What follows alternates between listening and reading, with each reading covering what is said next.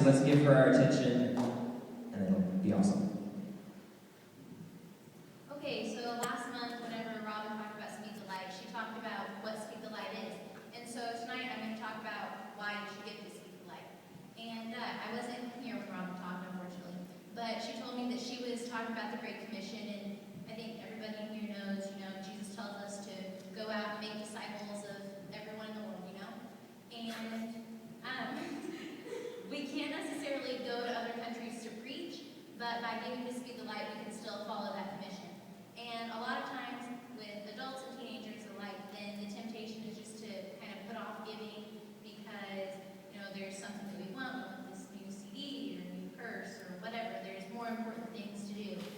But in Luke 12, verses 15 to 21, if anyone wants to read along, then part of it says, basically a paraphrase is, storing up earthly wealth while neglecting a rich relationship with God is pointless.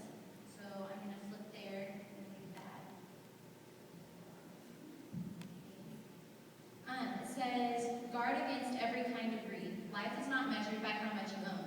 Then he told them a story. A rich man had a fertile farm that produced fine crops. He said to himself, what should I do? I don't have room for all my crops. Then he said, I know, I'll tear down my barns and build bigger ones. Then I'll have room enough to store all my wheat and other goods, and I'll sit back and say to myself, my friend, you have enough stored away for years to come.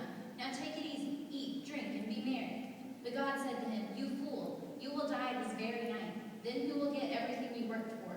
Yes, a person is a fool to store up earthly wealth, but not have a rich relationship with God.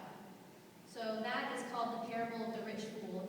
And basically the main point of that is just you can save up all the goods and material stuff that you want. You can have all the money in the world and all the coolest clothes and music and new technology and whatever new Apple product is big, whatever. And it can all be taken away in an instant. When you die, none of that stuff is going to matter. You don't get to take all your new stuff with you.